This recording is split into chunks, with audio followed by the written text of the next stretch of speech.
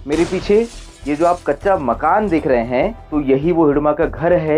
ये घर जो है ना, ये गांव से थोड़ा बाहर है। आइटम्स गैजेट्स ऐसे नजर आएंगे। ये सीधा जंगल यहाँ है। अभी भी नक्सलियों की स्नाइपर जो हैं वो इस जंगल में मौजूद हो सकते हैं। हिडमा वो मोस्ट वांटेड नक्सली जिस पर देश के अलग अलग राज्यों ने 1 करोड़ से भी अधिक का इनाम रखा है। अब जानते हैं उस हिडमा का घर कैसा है। मेरे पीछे ये जो आप कच्चा मकान देख रहे हैं, यही हिडमा का वो घर है जहां उसका बचपन बीता। जवानों की माने तो हिडमा ने 16 साल की उम्र में नक्सल संगठन ज्वाइन किया। उससे पहले हिडमा इसी घर में रहता था। अब इस घर में हिडमा की मां रहती है। फिलहाल इस घर में ताला लटका हुआ है। जवानों ने कहा कि फोर्स के आने के बाद हिडमा की मां अक्सर गांव में दूसरे घरों में जाकर रह रही है। अब इस घर को आप देखिए तो बिल्कुल एक सामान्य गांव का जो घर होता है वैसा ये घर है। इस घर को देख के आप अंदाजा ही लगा सकते हैं कि यहाँ देश का सबसे खूंखार, सबसे खतरनाक नक्सली, जिस पर बस्तर में हुई सारी बड़ी नक्सल घटनाओं के का हाथ हो, जिसका इन घटनाओं के पीछे, उस नक्सली का ही घर होगा। यहाँ मैं ये एक बैग देख रहा था।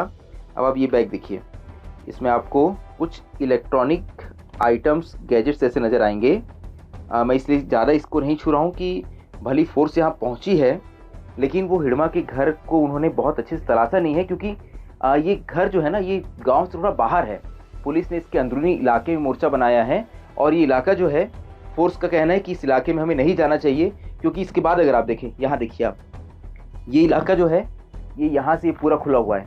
ये सीधा जंगल यहाँ है और जवान कह रहे हैं कि अभी भी नक्सलियों की स्नाइपर जो हैं वो इस जंगल में मौजूद हो सकते हैं और वो इंतजार कर रहे हैं कि जवान कोई गलती करें और ये स्नाइपर्स जो हैं वो जवानों को अपना निशाना बनाएं।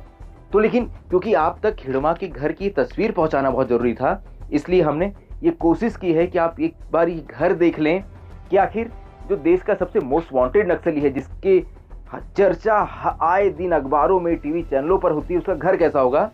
ये कच्चा मकान, 1 कमरे का मकान उसी हिडमा का है।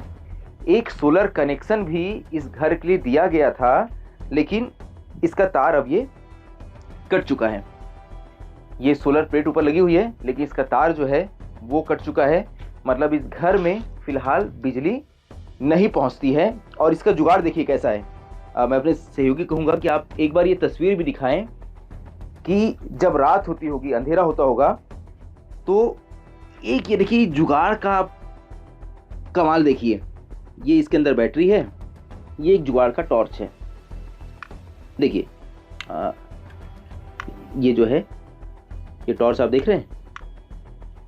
तो हिडमा का परिवार, जिसमें उसकी माँ है, 2 बहनें हैं, वो रात के समय रोशनी के लिए इसी टॉर्च का उपयोग करते होंगे, क्योंकि सोलर का कनेक्शन इस घर से अब कट चुका है। और जो जवान बता रहे हैं कि हिडमा के 2 भाई भी थे, जिसमें से एक जो है उसकी मौत होने के बाद गांव में ही उसका स्मारक बनाया गया। दूसरे भाई के बारे में जवानों के पास कोई जानकारी नहीं कि वो कहाँ रहता है।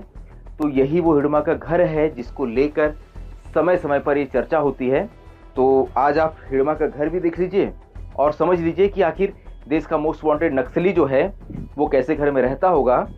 हिडमा यहाँ समय समय पर आता रहा है अपनी माँ से मिलने, अपने परिवार से मिलने, लेकिन फिलहाल हिडमा नक्सल संगठन में शामिल होने के बाद उसका लगातार कद बढ़ता गया।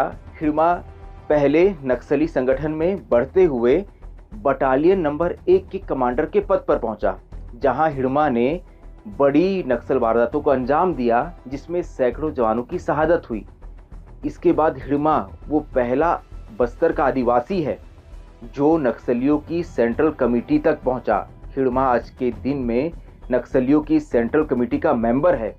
इस तक पहुंचने वाला वो बस्तर का इकलौता आदिवासी नक्सली है।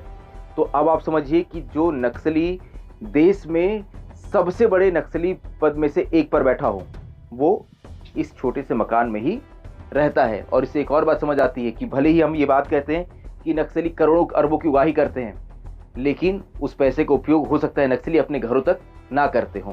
यही वजह है कि हिडमा की मां आज भी इस छोटे से 1 कमरे के कच्चे मकान में रहती है। मैं संजय ठाकुर, विस्तार न्यूज़ के लिए बस्तर से।